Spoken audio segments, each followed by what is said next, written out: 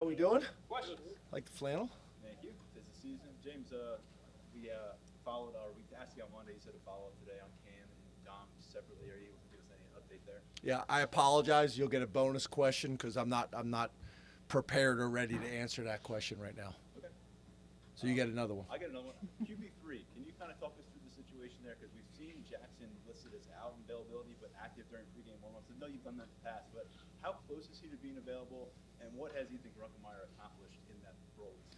Yeah, so Jackson is able to do only what you have seen so far. Like he's been cleared to throw pat and go in pregame. So that's just kind of where he's at.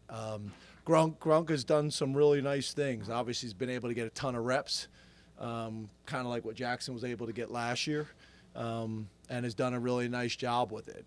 He throws the ball extremely well. He's mobile. He's really learning this stuff, and I think both Drew and Bo have done a great job kind of taking him under their wing and teaching him what it takes to be successful at this level.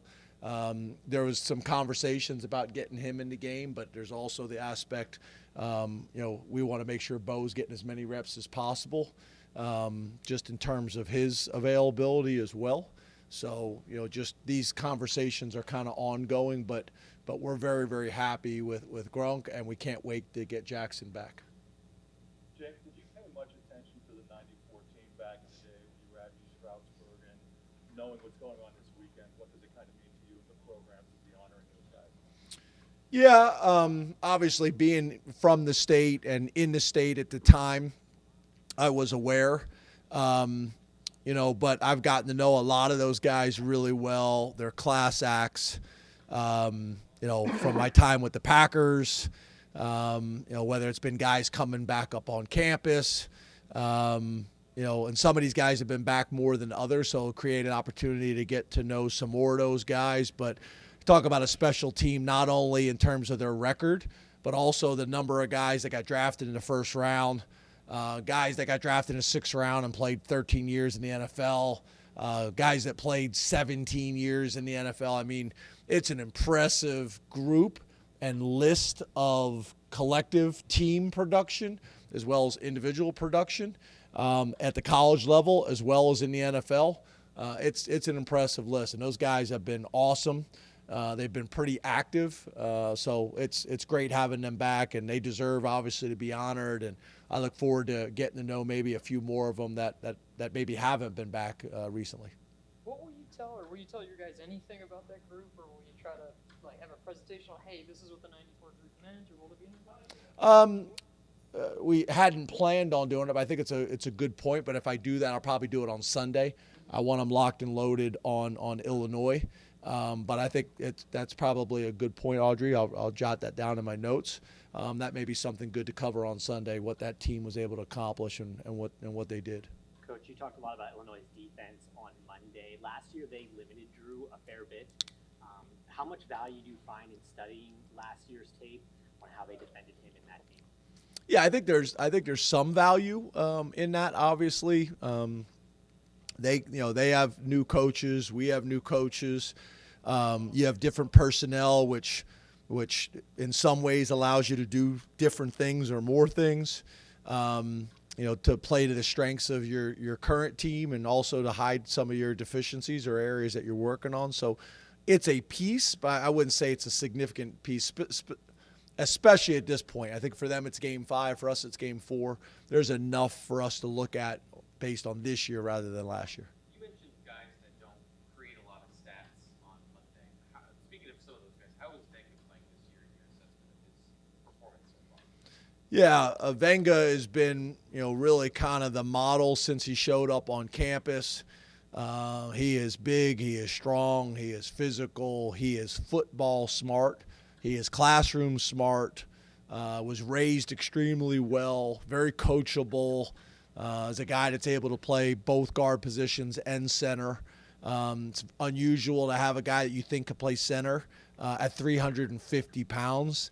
He carries 350 pounds better than I've ever seen anybody carry 350 pounds.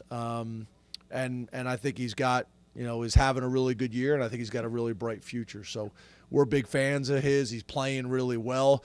Obviously, you guys may not get the stats, but we grade all the tape. So for us, we have a ton of stuff to talk about with him, with how he's playing, with areas that he needs to get better. So the stats that we look at, he's got a ton of that, information for us to use in terms of his development. James, with this being your third time facing Brett Lemon with Illinois, is there any thing that you come to expect playing against Illinois now? No, I just think you got a really good idea of kind of who he is, how he operates, the type of teams he's going to have, and really that's been his time at Wisconsin. That's been his time at Arkansas. That's been now his time at Illinois. You look at the coaches that he's worked for, his tree, and then we also have Rob Smith, who's on our staff, who was with him at Arkansas.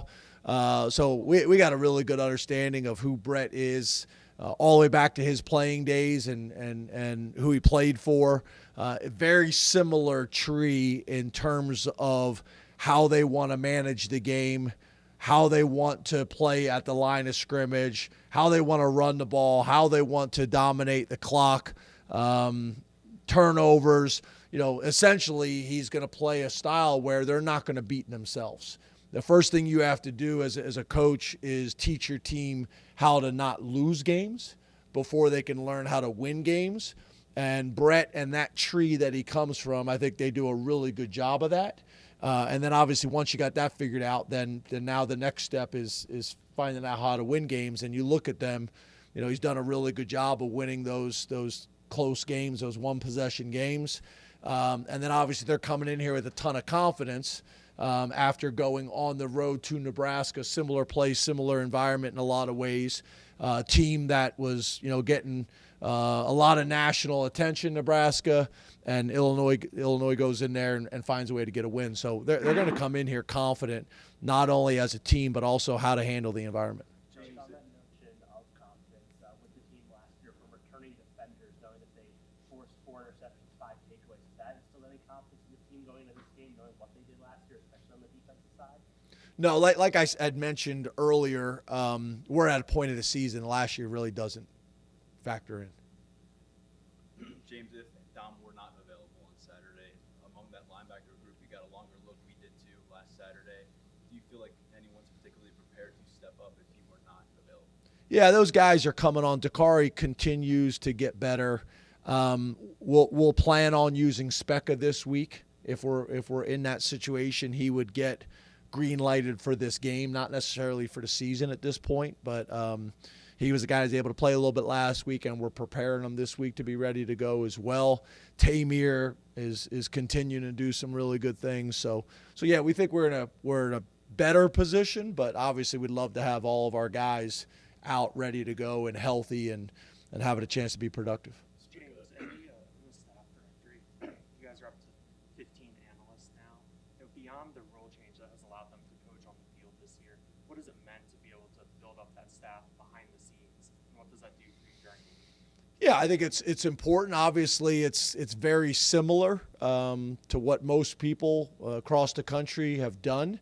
What I think the new addition that you guys are talking about, that you guys are aware of, sometimes those things maybe are not part of the plan, but somebody becomes available, and you spend a ton of time kind of talking to them and doing research and make sure it's a good fit for both parties. And if it is, then we got a chance to bring somebody that's going to bring value, even if it's for one more touchdown or 2 more first downs, it's worth it.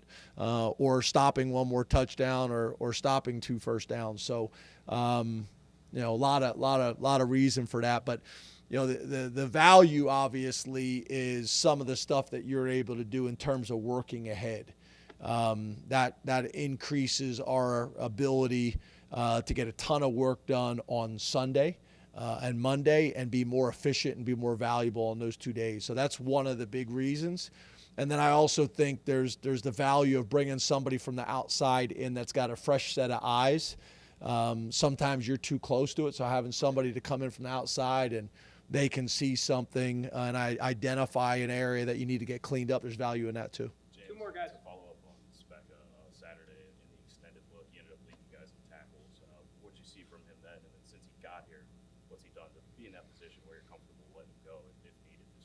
Yeah, he's just a smart guy, very, very smart guy, very productive guy. Played at a great high school in terms of Pittsburgh Central Catholic. Those guys have come in here prepared and ready to play. I think the academics at that school helps prepare them, even from a football perspective, the type of program they run. So he's just come in here and been a very, very mature, very about his business guy. He's got really good athleticism. Tested really well when he showed up on campus. Him and Peter, we were really, really excited about, and continue to be. And then we can't get enough Pittsburgh Central Catholic guys. Looking right into the camera. We can't get enough Pittsburgh Central Catholic guys. So, that's a school that we're going to continue to go back to year in and year out. And it's important for us to keep the best players in Pennsylvania home, especially from the best programs. Thanks for that question. I appreciate it. James, you talked about some of the struggles with helmet communication on defense after Bowling Green, considering how loud it should be this weekend. How comfortable are you with that? Yeah, that's why yesterday and today we had the defense in here with the crowd noise going. And obviously we have cleaned some things up as well, and just kind of how we're operating and how dependent we are on the headset communication and how much we're not, using the headset communication, kind of working through some of the kinks. But I thought last week, was excellent. But there's still the fact that you're dealing with the noise on defense. Not only is it challenging for their offense, it also, if you're not prepared for it, it creates some issues for you too. Thank you, Coach. Awesome. Thanks, guys.